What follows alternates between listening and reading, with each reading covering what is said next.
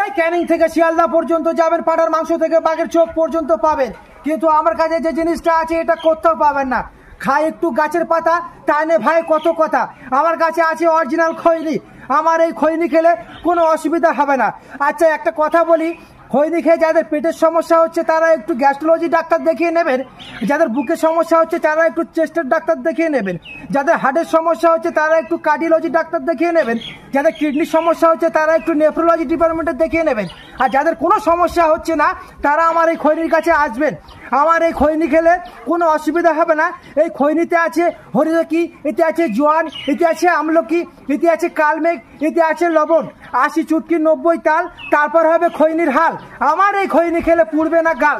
দাদারা বাসে যাচ্ছেন, বসে যাচ্ছেন, যেখানেই যাচ্ছেন আমার এই খৈনিটা হাতে এনে দেখবেন, ডোলে দেখবেন, চুষে দেখবেন। খৈনিটা কিভাবে বানাবেন, প্রথমে কৌটোটা খুলবেন, খুলে একটু চুন লাগিয়ে নেবেন, তারপর এপার সাইড থেকে ডালাটা খুলে হাতে একটু খৈনি লাগিয়ে নেবেন, নেওয়ার পরে ভালো করে ডলবেন।